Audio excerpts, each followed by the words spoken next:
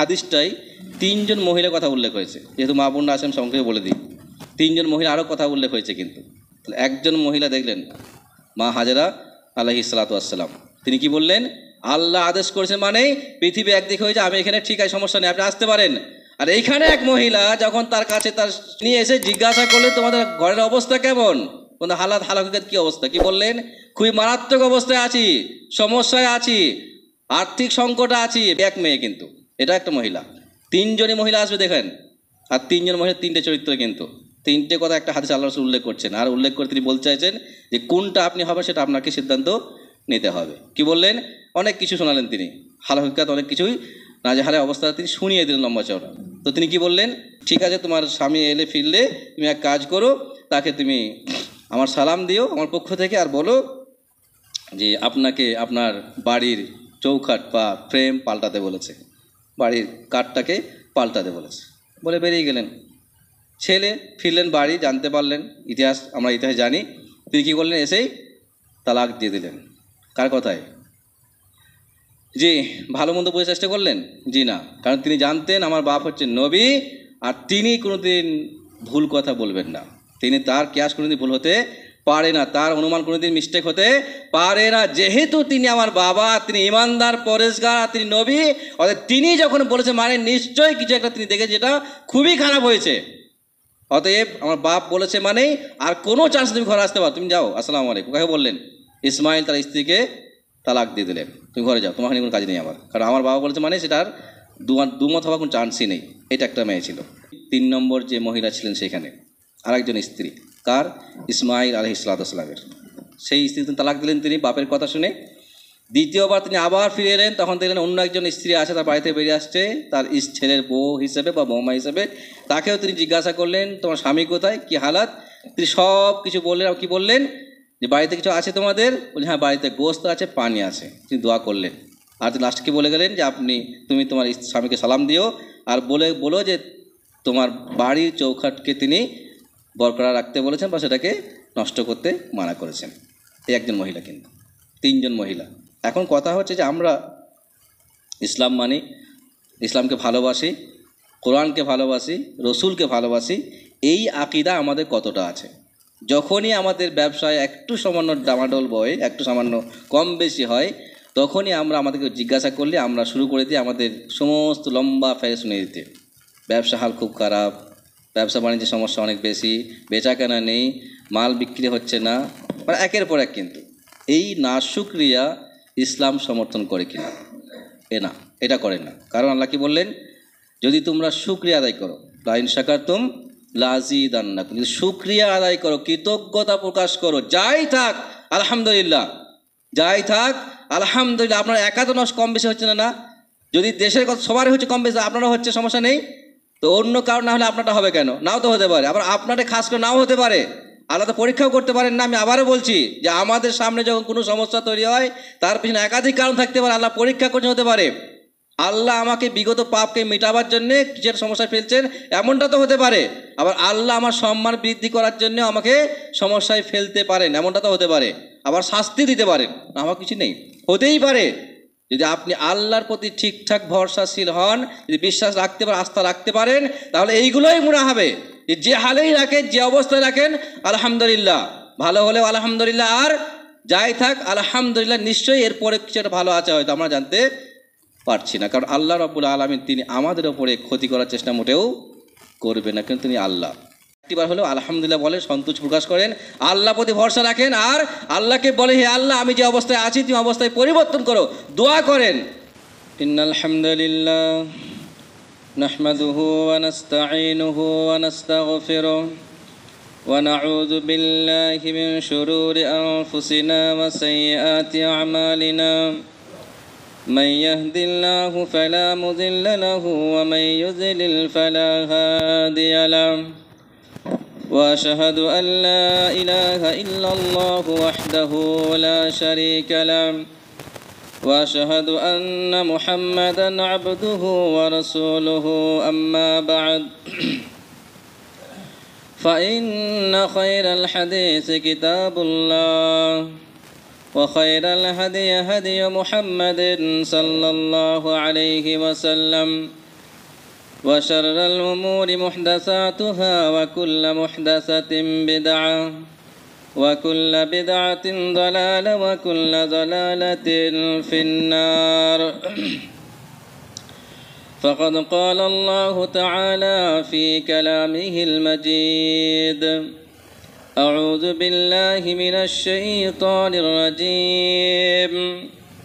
فلما بلغ معه السعي قال يا بني إني أرى في المنام أني أذبحك فانظر ماذا ترى قال يا أبت افعل ما تؤمر ستجدني إن شاء الله من الصابرين. সমবেত জুমার মসজিদে উপস্থিত মুসলিম ও মুসলিমা সমাজ, প্রশংসা গুণগান হামদসানা আল্লাহ রাব্বুল আলামিনের, যার সংক্ষিপ্ত কৃতজ্ঞতায় প্রশংসায় আমরা বলি আলহামদুলিল্লাহ। তারপরে পরে শান্তির ধারা বর্ষণ হোক রসুল আকরাম মুহাম্মদ সাল্লাল্লাহু আলাইহি ওয়াসাল্লামের উপর। আল্লাহুম্মা সাল্লি আলাইহি আল্লাহুম্মা বারিক আলাইহি। আমি আপনাদের সামনে সূরা সাফফাত এর একটি আয়াত তেলাওয়াত করেছি। আর আয়াতটা খুব প্রসিদ্ধ, অনেকবারই হয়তো আমরা আয়াতটা সম্পর্কে শুনেছি বা আলোচনা হয়েছে, আর আগামী তো হবে ইনশাআল্লাহ। তবে আলোচনা হয়ে থাকে, এই আয়াতটা পড়া হয়ে থাকে ঠিক কুরবানির মুহূর্ত সময় করে, কুরবানির সময় করে, মানে যেহেতু কুরবানির কথা আছে এখানে। কিন্তু আজকের আয়াতটা পড়ার পিছনে কুরবানি ঠিক নয়, অন্য একটা বিশেষ উদ্দেশ্য নিয়ে কথা বলবো ইনশাআল্লাহ। এখানটা একজন বাচ্চা ছেলে যখন তার সামনে তার পিতা বা বাবা কোনো একটা আবদার রাখেন, কোনো একটা কথা প্রস্তাব রাখেন, সেই প্রস্তাবের জবাব আমাদের সন্তানরা কেমন দেয়, আর সেই মুহূর্তে সন্তান জবাব কী দিয়েছিল সেটা একটা দেখা রয়েছে, গুরুত্বপূর্ণ বিষয় একটা। 2 নম্বর যেটা সবথেকে গুরুত্বপূর্ণ বিষয়, সেটা হচ্ছে এই বাচ্চাটা এই বয়সে বা এত কম বয়সে বা যে বয়সে হোক না কেন এইরকম উত্তর দেওয়ার মোটামুটি শিক্ষাটা পেল কোত্থেকে, এই আদর্শটা এলো কোত্থেকে, এটা হচ্ছে আমাদের আজকের মোটামুটি বক্তব্যের বিষয় বলতে পারেন।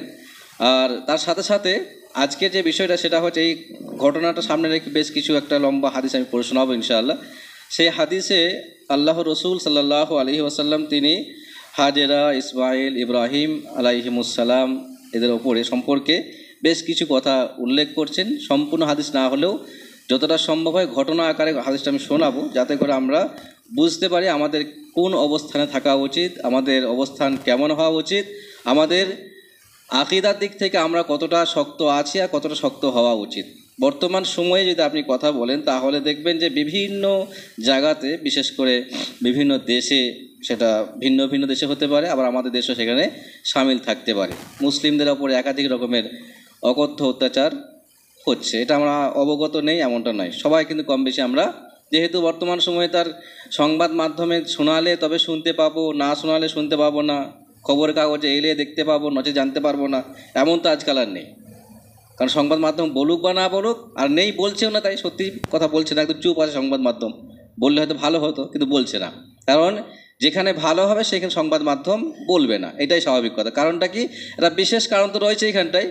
আর হয়তো বা কোনো এক দিক থেকে সে চাইছে বা তারা চাইছে যে কোনো একটা ভাবে, যে কোনোভাবে হোক বিষয়টা উদ্ধার হয়ে যাক, বিষয়টা উদ্ধার হয়ে যাক। একটা জাতিকে যদি কষ্ট দিয়ে হোক, প্রেশার দিয়ে হোক, চাপ দিয়ে হোক, মানসিকভাবে শাস্তি দিয়ে হোক, যদি দাবানো যায় সেটা করা হোক। আর সেই উদ্দেশ্যেই এইসব প্রোপাগান্ডা আগে বাড়ছে, এটা নতুন কিছু নয়। একটা সময় ছিল, আমরা জানি, চলছে ডিসেম্বর মাস চলছে না, আজকে মনে হয় 6 তারিখ সম্ভবত। এই 6 তারিখ একটা ইতিহাস জানি আমরা, ডিসেম্বর 6 তারিখেই বাবরি মসজিদকে ধ্বংস করা হয়েছিল। আর সেই ঠিক একইভাবে একটা মসজিদ আবার নতুন করে শুরু করা হয়েছে, বিরাট বড় দাঙ্গা অশান্তি। কোথায় কী হচ্ছে, আদৌ কিছু আছে কিনা নেই, নেই তো সবাই জানে। যেটা ইস্যু করা হয়েছে ইস্যুটা আদৌ সম্পূর্ণ মিথ্যা ইস্যু, এতে কোনো সন্দেহ নেই, সবাই জানে, জানে বলতে সুপ্রিম কোর্ট পর্যন্ত জানে, সুপ্রিম কোর্ট পর্যন্ত তারাও জানে এটা মিথ্যা একটা মামলা, মিথ্যা একটা ঘটনা, জাস্ট একটা সিন ক্রিয়েট করার চেষ্টা করা হচ্ছে, একটা পরিবেশ খারাপ করার চেষ্টা করা হচ্ছে। কারণ যে বর্তমান চলমান যে পার্টি রয়েছে তারা ভালো করেই জানে আমাদের কাছে আর কোনো ইস্যু নেই। অতএব মানুষকে ব্যতিব্যস্ত না রাখতে না পারে, মানুষকে সমস্যায় না রাখতে পারলে, মানুষকে ব্যস্ত না করতে পারলে আমাদের অকর্মণ্যতা প্রকাশ পাবে, আর সেটা মানুষ নিয়ে মন্তব্য করবে। তো নিজেকে ঢাকার জন্য, নিজেকে গোপন রাখার জন্য, নিজেকে মন্তব্য থেকে সরিয়ে রাখার জন্য এইসব এক একটা নতুন নতুন ইস্যু পেশ করা হয়, নতুন নতুন কিছু ঘটনা সামনে আনা হয়। আমরা সকলে জানি বিষয়টা, এটা নতুন কথা নয় কিন্তু। আর সেই টার্গেটে, সেই উদ্দেশ্যে মিডিয়া চুপ, সেই উদ্দেশ্যে প্রিন্ট মিডিয়াও চুপ। মানে পেপার খবর কাগজও একেবারে চুপ, কোনো বক্তব্য নেই, কোনো মন্তব্য নেই, কোনো কথা নেই, একেবারে নিশ্চুপ হয়ে বসে আছে। কারণ তারা ভালো করে জানে যে পড়া মানেই দোষী হওয়া, আর চাইছে তারাও হয়তো বা ঘুরিয়ে পেঁচিয়ে হলে চাইছে যে যার মাধ্যমে হচ্ছে কিছু একটা হয়ে যাক, সম্ভাবনা হতে পারে হয়তো, যদি এটা ভুল হতেও পারে, কিন্তু সম্ভাবনা বেশি এটাই, তারাও চাইছে কম বেশি করে যে কিছু একটা কারো মাধ্যম দিয়ে কিছু একটা হয়ে যাক। তো এইসব যে চলছে বর্তমানে, এটা নতুন কথা নয়, আর খুব যে খুশির খবর তাও নয়, বরং সবটাই দুঃখজনক সমস্যা। তবে একটা কথা মানুষকে মনে রাখা ভালো হবে, সেটা হচ্ছে যে পৃথিবী থেকে বর্তমান সময়ে আমরা মুসলিমরা যারা ইসলাম মেনে চলছেন তাদের সংখ্যার নেহাত কিন্তু কম নেই। আমাদের দুর্বলতা আছে, কমজোরি আছে, ইমানের কমি আছে, এটা দ্বিমত করার কিছু নেই। তারপরও বলে দিই, সংখ্যা অনুপাত মুসলিমরা সারা বিশ্বের সংখ্যায় কিন্তু কম নেই। মুসলিমদের কোনো ভুলের জন্যে, কোনো ভুল পদক্ষেপের জন্যে ইসলাম কলুষিত হবে এমনটা হতে পারে কি? মুসলিমরা মনে করে না। যদি কোনো মুসলিম দেখেন আমার ভুলের জন্য ইসলামে বদনাম হচ্ছে, সে সেখান থেকে সরে আসবে। সে ইসলামকে মানুক বা না মানুক, সে ইসলাম অ্যাক্টিভ মুসলিম হোক অথবা না হোক, এটাই মুসলিমদের বাস্তব চরিত্র, এটাই বাস্তব দিক, এটাই আমরা দেখতে পাই, আর এটা হওয়া উচিত, সত্যি এটাই কথা। আর সেই জন্যেই মুসলিমদেরকে নিয়েই কথা বলা হয়। সবাই তারাও জানে, আমরাও জানি যে ইসলামের সামান্য একটা চুলও হিলানোর সম্ভাবনা কারো পক্ষেই নয়। কারণ যার দায়িত্ব খোদ আল্লাহ নিয়ে রেখেছেন, তাকে সারা বিশ্ব একদিক হলেও হিলাতে পারবে না। এটা স্পষ্ট কথা, বার্তা একটা স্পষ্ট আমাদের কাছে। কারণ এটা আজকে নতুন নয়, একটা সময় আমরা একটা ব্যাকে ফিরে যাই, যখন রাসূলুল্লাহ স্বয়ং নিজে বলছেন কুলু লা ইলাহা ইল্লাল্লাহ তুফলিহু। কজন মানুষ? একাই তিনি, কেউ সাথে নেই, বাপ মা তো পৃথিবীতেই নেই, আর তার সাথে বাকি আত্মীয় স্বজনরাও সাথে নেই সেই মুহূর্তে, কিন্তু না চাচারা আছে, না মামারা আছে, না সেই সময়কার কোনো বন্ধু বান্ধব, তার সাথে একাই একসাথে কী বলছেন কুলু লা ইলাহা ইল্লাল্লাহ তুফলিহু। সে সময় আছে, ছিল এখনও, আজও আছে, থাকবে কিয়ামত পর্যন্ত। তো তখন যখন সারা মক্কা একদিক হয়ে গিয়েও রসুলের সামান্য হিলাতে পারেনি, একটা জায়গা থেকে সরিয়ে আনতে পারেনি, আজকে সম্ভব কি? জি না, সম্ভব তো নয়। তারাও যেন সম্ভব নয়। তবে হ্যাঁ, যদি একটু কিছু করা যায় আর কি, যদি একটু প্রেশান করা যায়, যদি একটু দখলদারি করা যায়, যদি একটু আমাদের ফায়দা হয়, যদি একটু কিছু আমাদের সুবিধা হয়, এই স্বার্থেই আগাচ্ছে তারা। সফল হবে কিনা সেটা তো আল্লাহ বলবেন। এখন এইসব হওয়ার পিছনে যতগুলো কারণ আপনি দেখবেন, তার মধ্যে একটা বড় কারণ আমাদের কিন্তু অনেকখানি হলেও ইসলাম সম্পর্কে ধারণা যতটা যায় আছে না আছে, আমরা আমলের দিক থেকে অনেকটাই পিছিয়ে গেছি, অনেকটাই দুর্বল হয়ে পড়েছি। ইমানের দিক থেকে আমরা অনেকটাই পিছিয়ে পড়েছি। হয়তো আল্লাহ রাব্বুল আলামিন আমাদেরকেই একত্রিত করার জন্যে, বা ইমানে অ্যাক্টিভ করার জন্যে, বা আমলিয়াতের দিক থেকে শক্ত করার জন্য হয়তো বা এই ধরনের একটা পরিবেশ তৈরি করছে, তো মুসলিমরা এক হতে পারে, বা মুসলিমরা কী করতে পারে, ইমানি আমল নিয়ে একটা পরীক্ষা করতে পারে, একটা সামান্য হলেও তারা পর্যবেক্ষণ করতে পারে, সম্ভাবনা হতে পারে। যদি আমরা সেটা নিয়ে করি তো আলহামদুলিল্লাহ, অবশ্যই ভালো কথা। যদি আমরা সেইটাই লক্ষ্যে আগাই, যে যদি আল্লাহ রাব্বুল আলামিন এইসব ঘটনা ঘটাচ্ছে যাতে করে আমরা ইমানে শক্ত হতে পারি, আমলে মজবুত হতে পারি, তাহলে নিঃসন্দেহে যদি বুঝতে পারি অবশ্যই ভালো। আপনার জীবনে কোনো একটা মুসিবত নেমে এলো, বিপদ নেমে এলো ব্যক্তিগত জীবনে, এখন আপনার অবস্থা একাধিক কারণ হতে পারে। আল্লাহ শাস্তি দিচ্ছেন হতে পারে, হতে পারে আল্লাহ পরীক্ষা করছেন হতে পারে, আল্লাহ আপনাকে আমলে মজবুত করছেন এমনটা হতে পারে, আবার এমনটা হতে পারে যে আল্লাহ আপনার গুনাহ খাতা মাফ করছেন, এমনটা তো হতে পারে, তাই না? এখন আপনি যদি একটু হলেও আত্মসমীক্ষা করেন, যে দেখি আমার বিগত কোনো ভুল ছিল কিনা, কোনো অন্যায় ছিল কিনা, বা কোনো পাপ ছিল কিনা, যে পাপের জন্য হয়তো আজকে আমাকে এই জায়গায় আসতে হলো বা এই সমস্যায় পড়তে হলো, আর যদি সেই পাপটা আপনার চোখে ধরা পড়ে আর আপনি সেই পাপ থেকে সরে আসতে পারেন, তাহলে সেই মুসিবতটা আপনার জন্য বিরাট বড় একটা পুরস্কার, কিন্তু যাতে আপনি খুব সহজেই নিজেকে ইমানের ওপরে টিকে রাখতে সক্ষম হবেন। তো যদি মুসলিমরা একটু আত্মসমীক্ষা করে, একটু সমীক্ষা করে নিজেদের মধ্যে, নিজেকে নিয়ে হোক, পরিবারকে নিয়ে হোক, সমাজকে নিয়ে হোক, বা মুসলিম পরিবেশকে নিয়ে হোক, যদি একটু সমীক্ষা করে যে হয়তো আমাদেরই কোনো ভুলের জন্যে, বা হয়তো আমাদেরই ইমানে কমজোরির জন্যে, আমলের দুর্বলতার জন্যে হয়তো আল্লাহ এই কাজগুলো আমার সামনে এনে দিচ্ছেন, যাতে আমরা সেখান থেকে ফিরে আসতে পারি। এই শিক্ষা যদি আমরা নিতে পারি, তাহলে নিঃসন্দেহে একটা ভালো লক্ষণ, এটা অবশ্যই একটা ভালো দিক। তো হওয়া তো উচিত, এখানটায় একটা দিক ছিল। তারপরে বলে দিই, তারপরে মনে করি যে কথা বলছিলাম বিষয়টা, যেহেতু আমরা আল্লাহকে বিশ্বাস করি, কোন আল্লাহকে বিশ্বাস করি? যে আল্লাহ রাব্বুল আলামিন সারা বিশ্বের সম্পূর্ণ ক্ষমতার একচ্ছত্র অধিপতি। অতএব সেই জায়গাতে আমাদের কোনো সন্দেহ নেই, কোনো রকমের কিন্তু নেই, কোনো শাকসুবা অবকাশ নেই যে আমরা কোনো দিক থেকেই ভয় করি না। বাঁচলেও আলহামদুলিল্লাহ, চলে গেলেও আলহামদুলিল্লাহ আমরা মুসলিম, তো আমাদের কোনো ভয়ের কারণ আছে কি? এটা তো ইসলাম না। এইটাই থাকতে হতে পারে যে আমার যাই হোক, যেটাই দিকে যান, আমি আগেলেও আলহামদুলিল্লাহ, পিছিয়ে এলেও আলহামদুলিল্লাহ। যেহেতু আমি মুসলিম, আমি আল্লাহকে ভরসা করি, আল্লাহ বিশ্বাস করি। আর যখন আল্লাহকে বিশ্বাস করি তখন সমস্ত পৃথিবী একদিক হয়ে যাক, আমি আল্লাহর দিকে একাই থাকবো। এটাই সত্যি কথা। সেই টার্গেট নিয়ে, সেই উদ্দেশ্য নিয়ে আজকে কিছু কথা আলোচনা হবে ইনশাআল্লাহ। আর আজকের যে বিষয়টা, যে আল্লাহ পাক রব্বুল আলামিন যদি কোনো কাজ করতে বলেন, রাসূলুল্লাহ সাল্লাল্লাহু আলাইহি ওয়াসাল্লাম কোনো কাজ করতে বলেন, তাহলে আমাদের মুসলিম হিসাবে একটা মৌলিক দায়িত্ব হচ্ছে সেটার মূল্যায়ন করা। দেখার দরকার নেই কিন্তু কে আপনাকে ভালো বললো, কে আপনার প্রশংসা করলো, কে আপনাকে সুখ্যাতি করলো, কে আপনার নাম করলো, আর কে আপনার বদনাম করলো, দেখার দরকার আছে কি? জিনা দরকার নেই। এটা হচ্ছে মমিন, এটা হচ্ছে ইমানের কাজ। আপনি যদি মমিন হন তাহলে আপনি আল্লাহর আদেশ মেনে চলেন, আল্লাহর আদেশ অনুযায়ী চলার চেষ্টা করেন। পৃথিবীর জাহান্নামে যাক জান্নাতে যাক, আপনার ফারাক পড়ে না, কিন্তু দেখা দরকার নেই। কারণ আপনি আল্লাহকে বিশ্বাস করবেন, এটাই সত্যি কথা। সেই ঠিক একই রকমের কিছু ঘটনা এখানে উল্লেখ আছে। ছেলেটা কি বললো তখন? বাচ্চা ছেলে, সেটাই বলছি। কে বললেন? ইসমাইল আলাইহিস সালাম কি বললেন? ইয়া আবাতি ফাল মা তুমার সাতাজিদুনি ইনশাআল্লাহু মিনাস সাবিরিন। কত মারাত্মক কথা! আপনি যেভাবে দেখতে পারেন না কেন, এটা বলা সম্ভব কিনা। কখন বলছেন? যখন তার বাপ তাকে প্রস্তাব দিচ্ছেন, হে ছেলে, হে আমার সন্তান, আমি স্বপ্ন দেখছি আমি তোমাকে জবাই করছি। এমনি কথা নয় কিন্তু, বনবাসে দিয়ে আসছি, মরুভূমিতে ফেলে আসছি, তোমার ঘর থেকে বার করে দিচ্ছি, তোমার তেজ্য পুত্র করছি, তুমি ঘর থেকে বেরিয়ে যাও। জি না, একেবারে সরাসরি কথা, একটা কোনো গল্প নয়, ওই 100 ফুটের স্বপ্নও নয় কিন্তু এখানটায় সরাসরি কথা। আমি স্বপ্ন দেখছি আমি তোমাকে জবাই করছি, হত্যা করছি। এখন তুমি বলো কি বলবে? তোমার মতামত দাও, কি বলবে? ছেলে কি বলল? ইয়া আবাতি ফাল মা তুমার, হে আমার বাবা, আপনি সেটাই করুন যার আদেশ আপনাকে আপনার রব দিয়েছে। মা তুফাল, মা তু উমার, যা আপনাকে আদেশ করা হয়েছে। সাতাজিদুনি ইনশাআল্লাহু মিনাস সাবিরিন, আপনি অবশ্যই আমাকে ধৈর্যশীলদের মধ্যে পাবেন। এই সন্তান সৌভাগ্যের না? আপনি যেভাবে দেখবেন না কেন, এমন সন্তান পাওয়া সৌভাগ্য না? সৌভাগ্য না, যে অবশ্যই। কিন্তু সন্তানকেই মায়ের পেট থেকে শিখিয়ে দেয় কথাটা, কি ব্যাখ্যা দেবেন আপনি? নাকি আল্লাহ ওহী করলে তুমি এটা বলো? তখন নবী হয়নি, তিনি ওহিটা করবেন কোত্থেকে?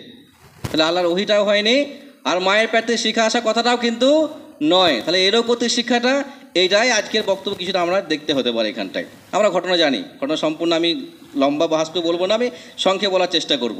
যে ইব্রাহিম আলাইহিস সালাম যখন আম্মা হাজেরাকে কোথায় রেখে এলেন? এমন একটা জায়গায় ছেড়ে আসছেন যেখানে না কোনো গাছ আছে, না কোনো ঘাস আছে, না যেখানে কোনো গাছপালা আছে, কোনো ফল ফ্রুটি গাছ আছে, কোনো খাবার আছে, কোনো পানি আছে। জি না, একেবারে মরুভূমিতে, একেবারে মরুভূমি, কিচ্ছু নেই সেখানে। কখন রেখে আসছেন?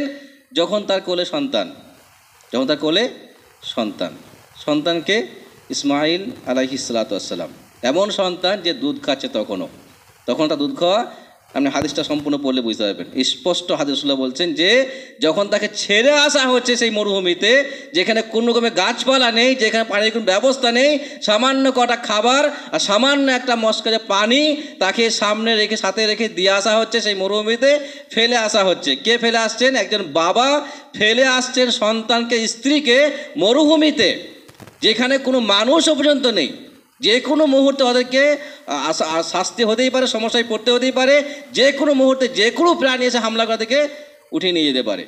সম্ভাবনা ছিল একদম, একাধিক সম্ভাবনা। কিন্তু চোর ডাকাত এসে গুন্ডামি করতে পারতো, সমস্যায় ফেলতে পারতো, একাধিক যা কিছু বলবে না বলতে পারে। কারণ মরুভূমি, কেউ নেই সেখানে, একটা মানুষও নেই সেখানে বাস করতে পারে। এটা মরুভূমিতে ফেলে আসেন। কেন ফেলে আসছেন? এটা সম্ভব কি? এইটা শিক্ষা নিতে পারি আমরা যে ইব্রাহিম আলাইহিস সালাম তিনি আল্লাহর আদেশ পেলেন, আর তিনি রেখে এলেন কোথায়? এমন একটা জায়গায় যেখানে কোনো রকমের জনবসতি ছিল না, মরুভূমি, বিরান জায়গা একটা ছেড়ে এলেন। এইটা একটা বাপ থেকে শিক্ষা নিতে হতে পারে। এইটাই আজকে বক্তব্য। সেটা হচ্ছে ইসলামের স্বার্থে যদি আল্লাহ আদেশ করেন, যদি রাসূলুল্লাহ বলেন, তাহলে আপনাকে সেটা করার চেষ্টা করতে হবে। যদিও সেই কাজটা করতে গিয়ে আপনার পরিবার আপনার বিপক্ষে চলে যাচ্ছে, যদিও সেই কাজটা করতে গিয়ে আপনার সমাজ আপনাকে সমর্থন করছে না, যদিও সেই কাজটা করতে গিয়ে আপনার বন্ধু বান্ধব আপনার কাছ থেকে ছিটকে যাচ্ছে, যেতে দেন। আমি আবারও বলছি, যদি আপনি আল্লাহওয়ালা হতে পারেন, আল্লাহকে বিশ্বাস করতে পারেন, তাহলে পৃথিবীকে একদিকে আপনার কিচ্ছু মনে হবে না। পৃথিবীর জাহান নামে যায়, জান্নাতে আমার কোনো ফরাক পড়ে না, কোনো যায় আসে না। আমি আল্লাহকে বিশ্বাস করি আর সেটাই করবো যেটা আমাকে আল্লাহ করতে বলছেন। যদি একটু ভাবতে পারেন তাহলে সম্ভব কি? আপনি পারবেন? করে দেখান দেখি একবার। আপনার ছেলে, আপনার স্ত্রীকে, আপনার সন্তানকে রেখে আসেন একটা ফাঁকা মাঠে দেখি। এখন সে ফাঁকা মাঠ নেই, তারপর রেখে আসেন ময়দানে একটা দেখি কত রাখতে পারছেন। তারপর রাতে ঘুমাতে পারবেন না, আপনি রাতে শুতেই পারবেন না, ঘুমিয়ে হবে না আপনার। কি হলো? আপনি 2 দিনের জন্য সফরে যাচ্ছেন, ব্যবসা খাতিরে হোক, দিনের খাতিরে হোক, যে কারণে হোক না কেন, সকাল থেকে ফোন চলছে একের পর এক। রাতে খেয়েছিলে, রাতে ঘুমিয়েছিলে, ইত্যাদি ইত্যাদি ইত্যাদি চলছে না কথা? তখন ফোন ছিল নাকি যে ফোনে কথা হচ্ছে যে কী অবস্থা দেখি খবরটা নিই? না, সেটাও ছিল না, সে রাস্তাও ছিল না। কিন্তু কেন পারলো কী করে? একটাই কারণ, সেটা হচ্ছে আল্লাহর প্রতি বিশ্বাস, আল্লাহর প্রতি আস্থা। আমি আল্লাহকে ভালোবাসি, আমাকে আল্লাহ এই কাজটা করতে বলেছেন, তো আমি করব। তাতে পৃথিবীর মানুষ ভালো মনে করুক আর খারাপ মনে করুক, আমার কোনো ফারাক পড়ে না, কোনো আসে যায় না, আমি করব। এটাই সত্যি কথা, এটাই ফাইনাল, এটাই সিদ্ধান্ত। যদি এমনটা রাখতে পারেন তাহলে সব কাজ সহজ, কিন্তু সবই সহজ। আর সেই অ্যাঙ্গেল থেকে কিন্তু ইসমাইলও বললো কথাটা, কিন্তু বাচ্চা ছেলে, সে তার এরকম আকিদা তার তৈরি হয়নি। সে তার মুয়াহিদ ছিল না বাচ্চার মায়ের পেট থেকে, যে আমি আল্লাহর পেটে একদম মুয়াহিদ হয়ে বেরিয়ে আসছি। জি না, তাও না। যে কারণ থেকে তিনি বলতে পারলেন সেটা নিয়ে কিছু কথা বলবো এখানটায়। যখন ইব্রাহিম আলাইহিসসালাম তিনি রেখে আসছিলেন, সেই মতো অবস্থায় কিছু কথা আমরা শুনিনি এখানে। যেমন ইব্রাহিম রেখে আসতে পারলেন, বিরাট বড় গুর্দা না হলে হয় না, বিরাট বড় কলিজা না হলে হয় না, তেমনই একটা মেয়ের পক্ষেও ওখানে থাকা সম্ভব কিনা এটাও ভাবতে হবে আপনাকে। একজন মেয়ে, একজন মহিলা, যার কোলে বাচ্চা, সামান্য একটা খাবার, সামান্য খানিক পানি, তাকে নিয়ে স্বামীকে বিদায় দিচ্ছেন, সম্ভব হতে পারে কি? সম্ভব কিনা একবার একটু হলেও চোখ বন্ধ করে ভাববেন যে সম্ভব কিনা। সম্ভব হয়েছে, কিন্তু ইতিহাস তো আছে, হাদিস তো বলছে সম্ভব হয়েছে। আপনি পারবেন কিনা, আমি পারবো কিনা? আজকে বর্তমান সময়ে যখনই কিছু কথা বলা হয়, একটা উদাহরণ দিয়ে বলা যেতেই পারে, কিছু কথা বলা হলে একাধিক কথা আছে। ছেলের বিয়ে আছে, মেয়ের বিয়ে আছে, উদাহরণ ওটা দিয়েই কথা বলি। ছেলের বিয়ে, মেয়ের বিয়ে আছে, যদি বলা হয় বা ইসলামে এত বাড়াবাড়ি করাটা কিন্তু ইসলামে সমর্থন করে না। আপনি কি বলছেন? তো কি বলবেন আপনি? জি, এইটা সমস্যা। আমি খেয়ে আছি, আমার সমাজ আছে, আমার পরিবার আছে, আমার বড় ফ্যামিলি আছে। ইসলাম কি বলছে কথাটা অবশ্যই মূল্যবান, মূল্য দিই, ভালোবাসি, সম্মান করি, কিন্তু সমাজের কাছে আমি কিন্তু করতে বাধ্য, পরিবারকে দেখে আমি করতে বাধ্য। বন্ধু বান্ধব আছে আমার 100, 150, 200, 300 বন্ধু বান্ধব, আমার নিজের বন্ধু আছে, তাদেরকে বাদ দিয়ে তারা আমাকে দাওয়াত দিয়েছে, খাইয়েছে, আমি তাদেরকে না খাইয়ে থাকবো? কাকে প্রার্থনা দিচ্ছেন আপনি? কার মোকাবেলায় কাকে সামনে আনছেন একটু বুঝতে পারছেন? আপনি মুসলিম, আমি আল্লাহকে ভালোবাসেন, আপনি আল্লাহর সামনে দাঁড় করেছেন আপনার বন্ধুকে, আপনি আল্লাহর সামনে দাঁড় করেছেন আপনার পরিবারকে, আপনি আল্লাহর সামনে দাঁড় করেছেন সমাজকে, আর আপনি কি বলবেন? বলছি সম্ভব? জি না, সম্ভব হয় না, হচ্ছে না বর্তমান সময়ে আমাদের। যদি হতো খুব ভালো হতো, যদি হতো সত্যিই খুব ভালো হতো, হচ্ছে না। আর সেই জন্যই কথা আজকে বলছি কথাগুলো।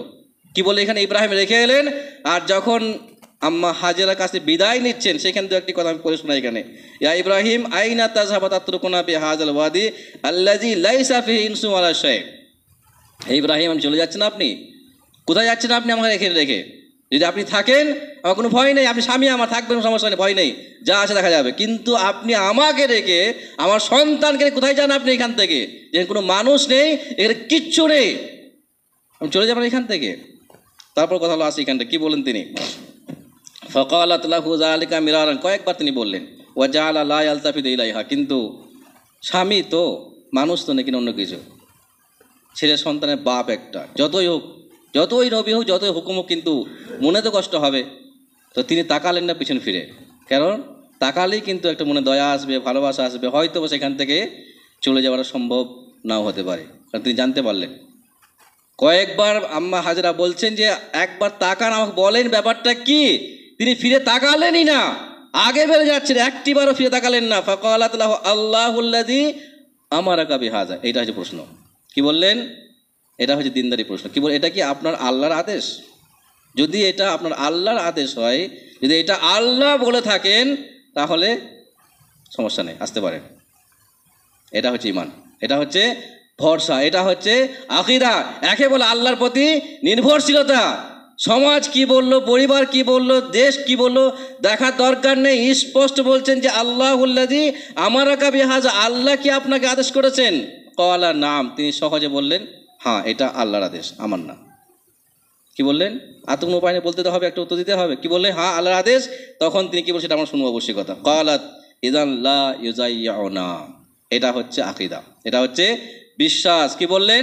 যদি তাই হয় তাহলে আপনি যান, কোনো সমস্যা নেই, আমি থাকবো এখানে। সুবহানাল্লাহ। যে এটা হচ্ছে ইমান, এটা হচ্ছে ইমানদার, এটা হচ্ছে মুমিন, এটা হচ্ছে ইমানদারদের কথা। কি বললেন? যদি আল্লাহর আদেশ হয় পারবেন। কি মনে হচ্ছে এই সুযোগ আমাদের আসবে না? ওর থেকে অনেক বড় বড় সুযোগ আমরা হাতছাড়া করছি। ফজরের নামাজে আসতে পারছি না, কেন আসতে পারছেন না? ঘুম কম হচ্ছে, রাতে শোয়া হচ্ছে, শীতকাল, সমস্যা, এত এত অনেক হাবি জাবি বাহানা করছেন না আপনি।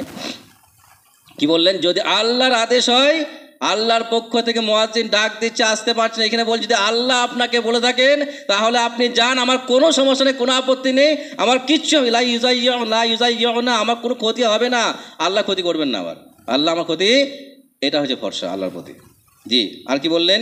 সুম্মা রাজাআত, তারপর সে তিনি ফিরে এলেন, আর কিছু বললেন না, জানতে হবে সমস্যা নেই। আল্লাহ বলছেন মানে আপনি এইখান থেকে কথাটা হলো। কি বললেন? সাতাজিদুনি ইনশাআল্লাহু মিনাস সাবিরিন, এইটা কথা, মূল কথা যেখানটায়। ওই যে সন্তানটা বলল না যে হে আমার বাবা, ইয়া আবাতি ফাআল, আপনি সেটাই করুন যেটা আপনাকে আদেশ করা হয়েছে, আপনি অবশ্যই আমাকে ধৈর্যশীলদের মধ্যে পাবেন। মায়েরা ভালো করে শোনেন, এটাই হচ্ছে শিক্ষা। কারণ এই সন্তান এই মায়ের সন্তান, কিন্তু কোন মায়ের সন্তান? যে মা দেখতে পাচ্ছে সামনে বিপদ, যে কোনো মুহূর্তে আমাকে ধ্বংস হয়ে যেতে পারে, যে কোনো মুহূর্তে আমার ওপরে যে কোনো হিংস্র প্রাণী হামলা করতে পারে, আমাকে শেষ করতে পারে, যে কোনো মুহূর্তে একাধিক মানুষ আমার উপরে হামলা হতে পারে, শেষ করতে পারে। কিন্তু যেহেতু আল্লাহর আদেশ মানে আর কিছু শেষ হলেও সমস্যা নেই, আর থাকলেও সমস্যা নেই। এই মায়ের সন্তান হচ্ছেন ইসমাইল। কিন্তু বলবেন তো মা যেমন সন্তান তেমন, এই জায়গাটা আমরা আসতে হতে পারে। অতএব আজকে যারা আমরা মনে করছি আমরা সহিহ আকীদা পেয়েছি, সহিহ আকীদায় এসেছি, আহলে হাদিস হয়েছি, দ্বীনে ফিরেছি, আলহামদুলিল্লাহ, ত্যাগ অনেক করেছেন, না বলা কিছু নেই। অবশ্যই আপনাদেরকে আল্লাহ জাযায়ে খায়ের দিন, অবশ্যই আপনাদেরকে আল্লাহ দিনের ওপর রাখুন, আরও শক্তপুক্ত করুন। কিন্তু আপনাদেরকে আরও বেশি শক্ত হতে পারে। আপনাকে চ্যালেঞ্জে আসতে হবে, আপনাকে মোকাবেলায় আসতে হবে, আপনাকে সামনে দাঁড়াতে হবে। আমি আল্লাহকে মানি, রসুলকে মানি, আল্লাহ এবং রসুলের আদেশের বাইরে, সেই আদর্শের বাইরে আমরা কোনো মতে যেতে পারি না। তাতে আমার বিপক্ষে সারা গ্রাম গেলেও সমস্যা নেই, আমি যাচ্ছি না, গেলাম না, যাব না। সমর্থন করলেও আলহামদুলিল্লাহ, না করলেও আলহামদুলিল্লাহ। যদি স্থির হতে পারে, ইস্তেকামাত অবলম্বন করতে পারেন, মুস্তাকিম যদি হতে পারেন, তাহলে সমস্যা অনেক কম, আর না হলে সমস্যা অনেক বেশি। এইখানে মা যেমন বললেন, সন্তান ঠিক একই কথা বলেন, কারণ সে মায়ের কাছে শিক্ষা পেয়েছে। কিন্তু সেই 2 বছর সন্তান মায়ের কাছে থাকছেন, লম্বা ইতিহাস আরও উল্লেখ হচ্ছে, সময় কম, আমি বলছি না অতটা, বাকিটা আমরা জানি। কিন্তু এত লম্বা ইতিহাসের পরে এই হাদিসটাই 3 জন মহিলার কথা উল্লেখ হয়েছে। যেহেতু মা বোনরা আছেন সংক্ষেপে বলে দিই, 3 জন মহিলা আরও কথা উল্লেখ হয়েছে। কিন্তু আর কাদের উল্লেখ হয়েছে? পরবর্তীকালে ইব্রাহিম মাঝে ভাগে আসছেন, দেখা করছেন, ওইখানে মাঝখানে ঘটনা আসছে, কোরবানির কথা এলো, তিনি কোরবানি করতে নিয়ে গেলেন, সেটাও হলো না, ফিরে এলেন তিনি, কাবা তৈরি করার কথাটাও উল্লেখ হয়েছে না? জি। দীর্ঘদিন পর, কাবা তৈরি আগের ঘটনা, যখন দীর্ঘদিন পর তিনি একবার দেখা করতে গেলেন, তখন দেখলেন তার সন্তানের বিয়ে হয়ে গেছে, তিনি এখন বিবাহিত। খবর নিলেন সন্তান কোথায়, স্ত্রী কি বলল, সে এখন নেই, বাইরে গেছে, রোজগারে বাড়ি বেরিয়েছে। তারপর তিনি জিজ্ঞেস করলেন যে তোমাদের হাল কেমন, বলো তোমাদের অবস্থা কেমন, তোমাদের এখন হাকিকাত কেমন? সে কী বলেছিল? খুব ভালো খবর বলেছিল না? জি না। কি বললেন? আমাদের অবস্থা খুবই খারাপ। এই যে না শুকরিয়া, একটা মহিলা, তাহলে একজন মহিলা দেখলেন, মা হাজেরা আলাইহিস সালাতু ওয়াস সালাম, তিনি কি বললেন? আল্লাহ আদেশ করেছেন মানে পৃথিবী একদিকে হয়ে যায়, আমি এখানে ঠিক আছে, সমস্যা নেই, আপনি আসতে পারেন। আর এইখানে এক মহিলা, যখন তার কাছে তার শ্বশুর এসে, পরিচয়হীন, কিন্তু এখন পরিচয় হয়নি শ্বশুর কিনা, যেই হোক, যেই থাক, তিনি এসে জিজ্ঞাসা করলেন তোমাদের ঘরের অবস্থা কেমন, কোন হালাকিকাত কী অবস্থা? কি বললেন? খুবই মারাত্মক অবস্থায় আছি, সমস্যায় আছি, আর্থিক সংকটে আছি, ব্যবসা, যেটা আমরা বলি, কিন্তু ব্যবসা বাণিজ্য নেই, হাল খারাপ, অবস্থা খুবই খারাপ চলছে, ভারতবর্ষের ইকোনমি হাল খুবই খারাপ, ব্যবসা হাল তো আরও খারাপ, আমার ব্যবসা আরও খারাপ। জি, সবাই বলছে, ছেলেও বলছে, মেয়েও বলছে, ব্যবসায়ীও বলছে, আর পরিবারও বলছে, একই কথা বলছে। এইখানটায় এক মেয়ে, কিন্তু এটা একটা মহিলা, তিনজনই মহিলা আসবে দেখেন, আর তিনজন মহিলা তিনটে চরিত্র, কিন্তু তিনটে কথা একটা হাদিসে আল্লাহ রাসূল উল্লেখ করছেন, আর উল্লেখ করে তিনি বলতে চাইছেন যে কোনটা আপনি হবে সেটা আপনাকে সিদ্ধান্ত নিতে হবে। কি বললেন? অনেক কিছু শোনালেন তিনি, হাল হকিকত অনেক কিছুই নাজেহালের অবস্থা তিনি শুনিয়ে দিলেন লম্বা চওড়া। তো তিনি কি বললেন? আপনি আপনার ঠিক আছে, তোমার স্বামী এলে ফিরলে তুমি এক কাজ করো, তাকে তুমি আমার সালাম দিও আমার পক্ষ থেকে, আর বলো যে আপনাকে আপনার বাড়ির চৌখাট বা ফ্রেম পাল্টাতে বলেছে, বাড়ির কাঠটাকে পাল্টাতে বলেছে, বলে বেরিয়ে গেলেন।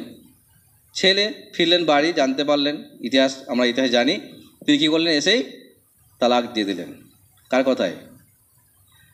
জি, ভালো মন্দ বোঝার চেষ্টা করলেন? জি না, কারণ তিনি জানতেন আমার বাপ হচ্ছে নবী, আর তিনি কোনোদিন ভুল কথা বলবেন না, তিনি তার কিয়াস কোনোদিন ভুল হতে পারে না, তার অনুমান কোনোদিন মিস্টেক হতে পারে না। যেহেতু তিনি আমার বাবা, তিনি ইমানদার, পরেশগার, তিনি নবী, অর্থাৎ তিনি যখন বলেছে মানে নিশ্চয়ই কিছু একটা তিনি দেখে যেটা খুবই খারাপ হয়েছে। অতএব আমার বাপ বলেছে মানে আর কোনো চান্স তুমি ঘরে আসতে পারো, তুমি যাও, আসসালামু আলাইকুম। কাকে বললেন? ইসমাইল তার স্ত্রীকে তালাক দিয়ে দিলেন, তুমি ঘরে যাও, তোমার কোনো কাজ নেই আমার, কারণ আমার বাবা বলেছে মানে সেটার দুমত হওয়ার কোনো চান্সই নেই। এটা একটা মেয়ে ছিল।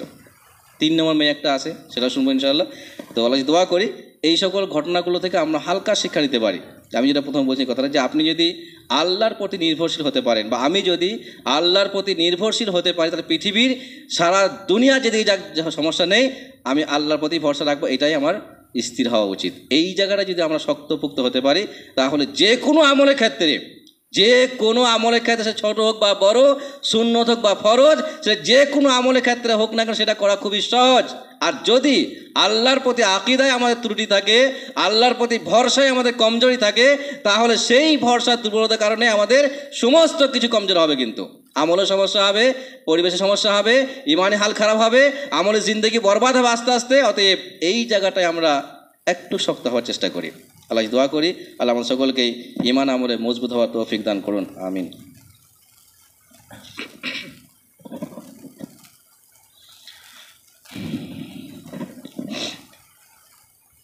ইন্নাল হামদুলিল্লাহি ওয়াহদাহু ওয়াসসালাতু ওয়াসসালামু আলা মান লা নাবিয়্যা বা'দা ওয়া বা'দ।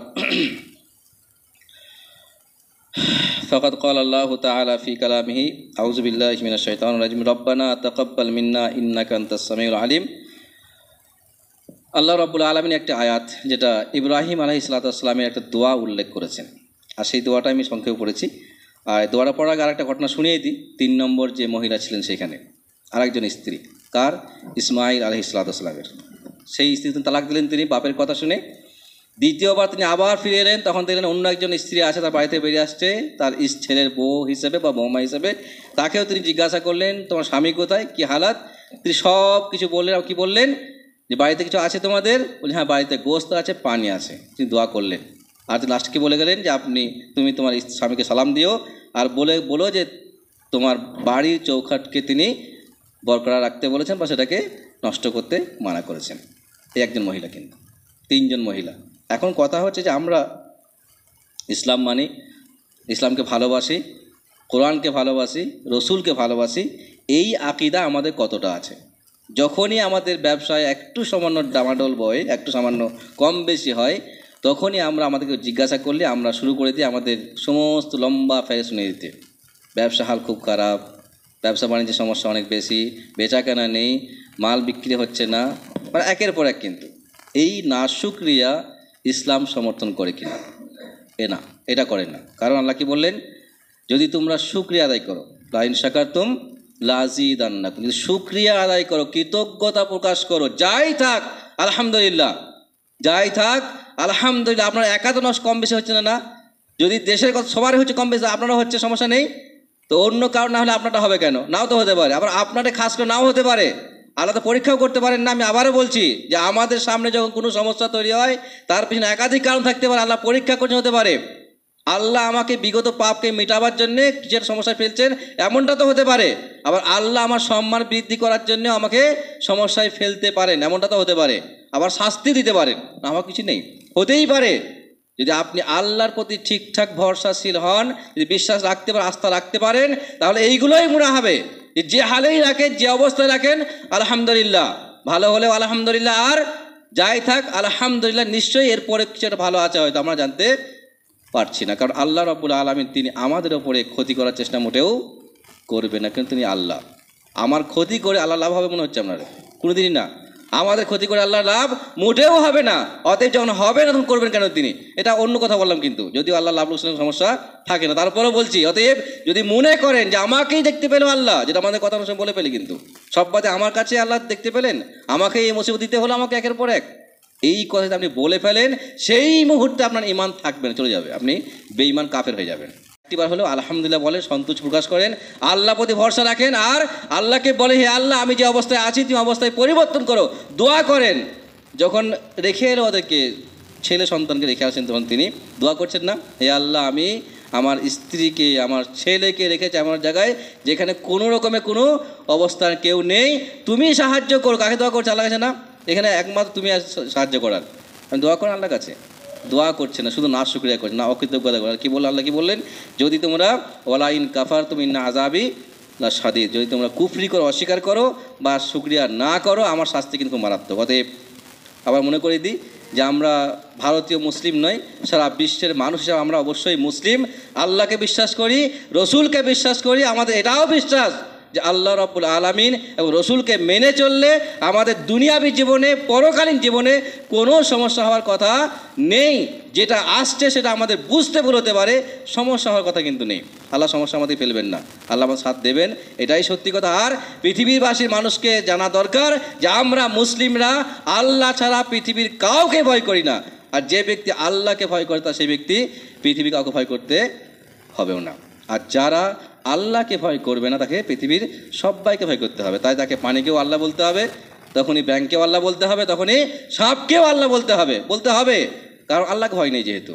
আর যদি আল্লাহকে ভয় করেন তাহলে ওই মাজারেও টাকা ফেলতে হবে না, আর গাছে গোড়াতে আপনাকে চিল্লার ফেলে আসতে হবে না, আল্লাহকে দেবেন আপনি, যেহেতু আপনি আল্লাহকে ভয়। অতএব যারা আল্লাহকে ভয় করে তার জন্যে আল্লাহ যথেষ্ট, আর যারা আল্লাহকে ভয় করে না তাদের জন্য পৃথিবীর সবাই একটা আতঙ্কের কারণ হয়ে থাকবে। অতএব আতঙ্ক হওয়ার কিছু নেই, ভয়ের কোনো কারণ নেই। আল্লাহ প্রতি ভরসা রাখেন, আল্লাহ প্রতি দোয়া করা যাক।